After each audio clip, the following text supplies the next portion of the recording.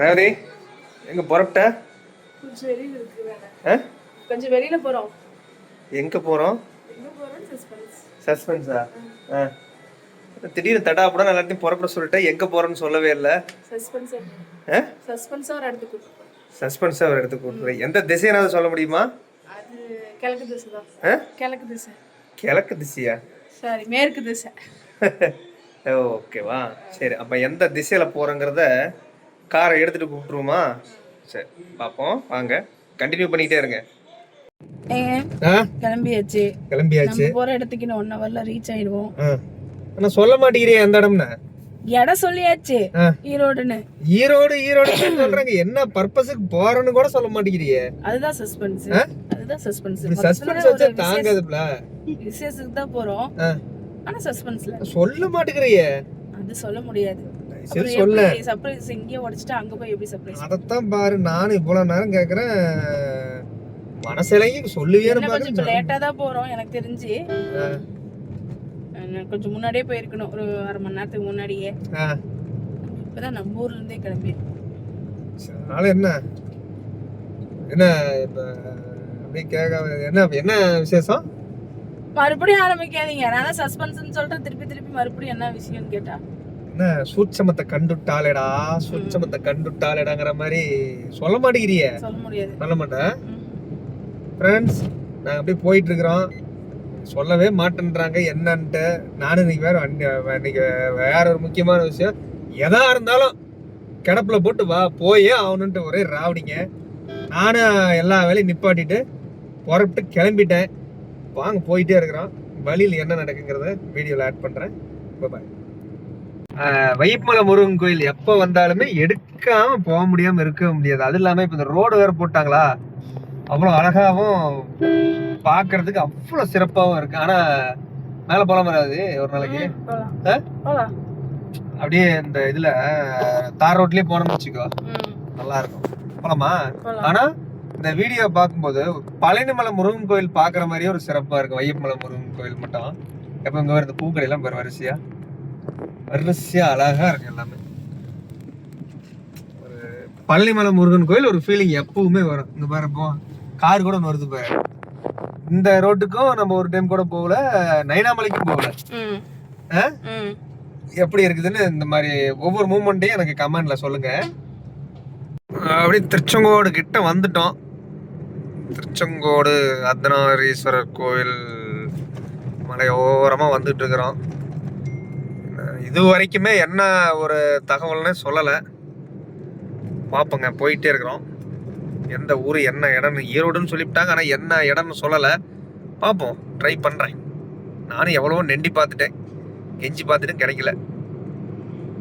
நம்ம அப்படி திருச்செங்கோட்டுக்கு பக்கம் வந்துட்டுங்க. திருச்செங்கோடு மலை அடிவாரத்தில் அப்படி பூக்கடையில் நிப்பாட்டிட்டு பூ வாங்கலான்னு போட்டான். அவங்க அரைமுளமா ஒரு முளமான்னு சொல்கிறதுக்கு அதை நான் காதால் கேட்டு கண்ணால் பார்த்து அதுக்குள்ளே நம்ம ஓட்டுநர் நண்பர் ஒருத்தர் வந்துட்டாருங்க. ரொம்ப ஹாப்பியாக இருந்தது. அவங்களும் பையனுடைய பிறந்த நாளுக்கு கோயிலுக்கு போயிட்டு வர்றாங்க. வந்துட்டு நம்ம காரை விட்டு இறங்கி பூ வாங்கிட்டு இருக்கும்போது டக்குன்னு வந்துட்டாங்க. அவங்களுடைய பையனுக்கு இன்றைக்கி பிறந்த நாளுங்களாம்மா.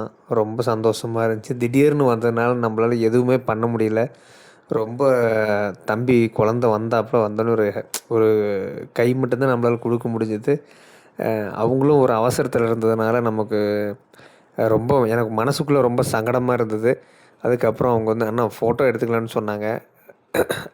ஒரு ஃபோட்டோ எடுத்துக்கிட்டுங்க, நம்ம செல்லையும் ஃபோட்டோ எடுத்துக்கிட்டு அவங்க செல்லையும் ஃபோட்டோ எடுத்துக்கிட்டு ரொம்ப நெகிழ்ச்சியான தருணமாக இருந்தது. மனசு ரொம்ப சந்தோஷமாக இருந்தது. என்ன அந்த குழந்தைக்கு எதுவும் நம்மளால் அந்த டைமில் அந்த இடத்துல எதுவும் நம்ம பண்ண முடியலன்னு கொஞ்சம் வருத்தமாக இருந்ததுங்க. நம்ம செல்லையும் ஒரு ஃபோட்டோ எடுத்துகிட்டுங்க, நம்ம ஓட்டுநர் சொந்தம் நம்மகிட்ட இந்த இடத்துல நிறுத்தி நம்மகிட்ட ஒரு ஹாப்பியான மூமெண்ட்ஸ் பண்ணதில் ரொம்ப சந்தோஷமாக இருந்துச்சு. இந்த மாதிரி ஒரு வாய்ப்பு நமக்கு கடவுள் ஏற்படுத்தி கொடுத்துருக்குறாரு அப்படிங்கிறத நினைக்கும் போது எனக்கு ரொம்ப சந்தோஷமாக இருந்தது. அண்ணா போயிட்டு வாங்க, ரொம்ப ரொம்ப ஹாப்பியாக இருந்துச்சுங்க. அதுக்குள்ளே ரேவதிக்கிட்ட அவங்க கொஞ்சம் பேசி இருந்துட்டு போனாங்க. ரொம்ப சந்தோஷமான மூமெண்ட்ஸு அப்படியே கண்டினியூ பண்ணிக்கிட்டே இருங்க. கரெக்டாக இப்போ பார்த்திங்கன்னா 5 பனையை தாண்டி போயிட்டுருக்குறோம். இந்த ரோடெல்லாம் நம்மலாம் ஆட்டோ ஓட்டும்போது வந்துருக்கும்போது பார்த்திங்கன்னா ரொம்ப மோசமாக பயங்கர பாடாவதியாக இருந்துச்சு ரோடு. இப்போ டபுள் ரோடு போட்டு போகவே அவ்வளோ ஸ்மூத்தாக இருக்குதுன்னு வச்சுக்கோங்களேன். இந்த ரோட்டில் பயணிக்கும்போது அவ்வளோ சூப்பராக இருந்துச்சு. இன்னும் பாருங்கள் அடுத்து எஸ்பிபி காலனி. கரெக்டாக எஸ்பிபி காலனி நம்ம வரும்போது பார்த்தீங்கன்னா முதல்ல பயங்கர குண்டும் குழியுமாக இருக்கும். நிறைய மரங்கள் இருக்கும். மரத்துக்கு அடியில் பார்த்தீங்கன்னா நிறைய பழங்கள் இதெல்லாம் வித்துட்ருப்பாங்க. இப்போ அந்த இடமே எல்லாம் மாறி போச்சு. அது இல்லாமல் இப்போ இந்த இடத்துல மேம்பாலம் போட்டிருக்காங்கல்ல, மேம்பாலம் கட்டிக்கிட்டு இருக்கிறப்போ அந்த மேம்பாலம் அங்கேருந்து அந்த பள்ளிப்பாளையம் ஊரத்தாண்ட வரைக்கும் பெரிய மேம்பாலமும் போட்டனால நிறைய சௌகரியம். எப்படி சொல்கிறதுன்னா, நான் இந்த பாலம் கட்டிக்கிட்டு இருக்கும்போது வந்தேன்னு வச்சுக்கோங்களேன். அதுக்கப்புறம் இப்போ தான் வரேன். இந்த சின்ன பாலம் கட்டிகிட்டு இருக்கும்போது இல்லாமல் அடுத்தது அந்த பாலம், அந்த பெரிய பாலம் கட்டும்போது நம்ம நண்பர்லாம் பார்த்துட்டு வந்தேன். இப்போ தான் இந்த பாலம் இறங்குறேன். இந்த இடத்துல இங்கே ஒரு டெக்ஸ்டைல்ஸ் இருக்கும். அதுக்கு ரெகுலராக நானும் ரேவதி இந்த பழைய வீடியோலாம் காமிச்சிருப்போம். அதில் வந்திருந்தோம் ரெகுலராக. இன்னும் போகும்போது அந்த பாலம் ஏறும்போது காமிக்கிறேன் உங்களுக்கு. வேறு ரோட்டில் தான் இப்போ வந்துட்டோம். புது மேம்பாலம் மேலே தானே. எவ்வளோ தூரம் இந்த பாலம் எவ்வளோ ரொம்ப நாள் வேலை செஞ்சாங்க இந்த பாலம். ஏப்பா இங்கே ஒரு நாள் ஒருத்தரை பார்க்க வந்தா ஞாபகம் இருக்கா?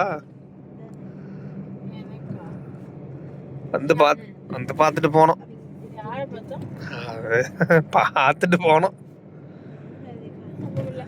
ஞாபகம் இல்லை. சரி சரி. இந்த பாலம் எவ்வளோ உயர பாலம். ஆனால் இதுக்கு மேலே ஒரு பெரிய வரலாற்று சிறப்புமிக்க பாலம்னா அடுத்து தொப்பூர் பாலம் தான் வரப்போகுதுன்னு வச்சுக்கோங்களேன். ஈரோடு பள்ளிப்பாளையம் அந்த நல்லா காரில் போவோம். மேலே தூக்கி இப்போ இறங்கி நின்று பார்த்தோம்னா இந்த ஈரோடு எல்லாம் ஃபுல்லாக தெரியும். அவ்வளோ உயரத்தில் வந்துருச்சு. பெரிய பாலம் இறங்கி முடிக்க போகிறோம். முடிச்சதுக்கு அப்புறம் பார்த்தீங்கன்னா காவிரி ஆற்று பாலம் ஸ்டார்ட் ஆகுது. இந்த பாலம் கட்டினதுக்கப்புறம் நான் 2வது முறையாக வர்றேன். ஆனால் வரும்போது பார்த்திங்கன்னா தண்ணி ஃபுல்லாக தேக்கி வச்சுருந்தாங்க. அந்த முனியப்பன் கோயில் கூட கொஞ்சமாக தெரிஞ்சது. ரன்னிங்கில் போயிட்டுருக்கனால ரேவதி எடுத்தது. ஆனால் நல்ல ஒரு இது வரல, கிளாரிட்டியாக தெரியல. ஏன்னா இருந்தாலும் தண்ணி ஃபுல்லாக தேக்கி வச்சுருந்தாங்க அணைக்கட்டில், பேப்பர் மில் சைடில், இந்த பாலத்து மேலே. ஆனால் இந்த பாலத்துலலாம் ஃபுல்லாக தண்ணி வரும்போது 2 லட்சம் கனஅடி தண்ணி வரும்போதெல்லாம் இது வந்து புது பாலம், பழைய பாலம் கீழே இருக்க அந்த பாலத்திலலாம் ஃபுல்லாக தண்ணி மேவிட்டு போகும். நிறைய பேர் பார்த்துருக்காங்க. செய்தியில வீடியோ வந்திருக்கு. அப்படியே நாமளும் போயிட்டே இருக்கோம். இது வரைக்கும் எந்த தகவல் எந்த இடம்னு சொல்லவே இல்லை. கிட்டேயே வந்துட்டோம். செக் போஸ்ட்டும் தாண்ட போகிறோம். தாண்டின உடனேயாவது சொல்லுமான்னு பார்க்குறேன். கொஞ்ச நேரத்துக்கு முன்னாடி தான் லொக்கேஷன் வாங்குச்சு. ஆனால் இன்னும் இடம்னு சொல்லலை. நானும் புதுசாக வந்துட்டு இருக்கிறனால எனக்கும் தெரியல. நானும் வண்டி ஓட்டிகிட்டு போயிட்டே இருக்கேன். இன்னும் இது வரைக்கும் ரேவதி தகவலே சொல்ல மாட்டேங்குதுங்க எந்த இடம்ன்ட்டு. பார்ப்போம். அவ்வளோதான். ஒரு வழியாக வந்துட்டியா? வாங்க. வணக்கம். நல்லா இருக்கு. யாராவது ஒரு வழியாக பொய் சொல்லி எங்கே கூட்டிகிட்டு வந்திருக்கிற? இவ்வளோ பொய் சொல்லி கூப்பிட்டு வரணுமா? சரி. அப்படியா? நான் என்கிட்ட சொல்லவே இல்லை. எங்கே போகிறேன்னு சொல்லாமே கூப்பிட்டு வந்திருக்காங்க.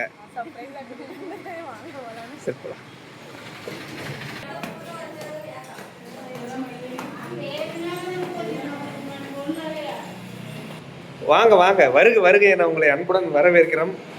உங்கள் அன்பினும் நண்பருடைய கடைக்கு நானே வரவேற்கிறேன் உன்னைய.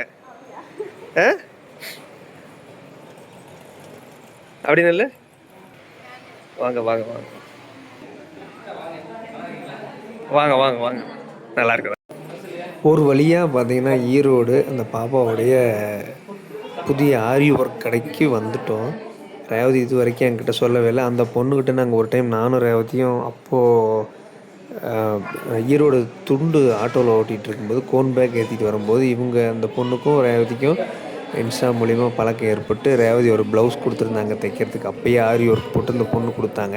இந்த பெட்ரோல் பங்குக்கிட்ட வந்து கொடுத்தாங்க. எனக்கு கிட்ட வந்து தான் எனக்கு ஞாபகமே வந்தது. ரொம்ப ஹாப்பியான மூமெண்ட்ஸாக இருந்தது. வந்த உடனே நம்மளை நீட்டாக வரவேற்று திருநீர்லாம் கொண்டாந்து கொடுத்து விட்டுட்டு அப்புறம் சாப்பாடை சாப்பிட சொல்லி போய் கம்பெனிங்க. நான் வீட்டிலேருந்து சாப்பிட்டு போனதுனால சாப்பிடல. ரேவதியும் அந்த பொண்ணும் ஒன்றா தான் சாப்பிடுன்னு சொல்லி 2 பேரும் வந்த உடனே ஒன்றா சாப்பிட்டாங்க.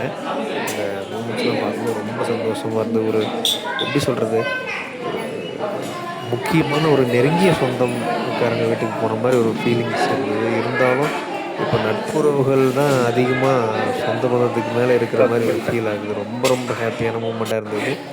ரேவதி நான் சாப்பாடு வாங்கிட்டு வந்து உட்காந்துட்டாங்க சாப்பிட்றதுக்கு. என்ன சாப்பிட சொல்லிக்கிட்டே இருந்தாங்க. நான் தான் சாப்பிடவே இல்லைங்க. அப்புறம் கடைசியில் ரொம்ப நேரம் போராடி நானும் ஒரு 1 மணி நேரம் மேலே உட்காந்து அப்புறமேட்டு தான் போய் சாப்பிட்லான்ட்டு போய் தட்டில் எல்லாம் வாங்கி வெரைட்டின்னா விதவிதமாக ஒரு 4 வெரைட்டிஸ் இருந்திருந்தாங்க. நானும் அந்த நண்பரும் இந்த கடையோட ஓனர் நாங்கள் 2 பேரும் ஒன்றா வாங்கிட்டு சாப்பிட உட்காந்தோம். ரொம்ப அழகான உபசரிப்பு. எல்லாமே இவங்க நம்ம வீடியோ ஏற்கனவே பார்த்துட்ருக்கிற தங்கச்சிங்க தான். அவங்களெல்லாம் நான் பார்க்கும்போது எனக்கு ரொம்ப ஹாப்பியாக இருந்தது. அதுவும் இல்லாமல் புதுசாக ஒரு யூடியூப் சொந்தங்க கிடச்சிருந்தது. அவங்களும் பார்க்கும்போது எனக்கு ரொம்ப சந்தோஷமாக இருந்துச்சு. புதுசாக ஒரு நட்புறவுகள் கிடைக்கும்போது ரொம்ப சந்தோஷமாக இருந்துச்சு. முழுக்க இந்த வீடியோ பார்த்துருப்பீங்க. முதல் பெரிய விலாகு பிடிச்சிருந்தா சப்ஸ்கிரைப் பண்ணுங்கள், லைக் பண்ணுங்கள், மறக்காமல் ஃபாலோ பண்ணுங்கள்.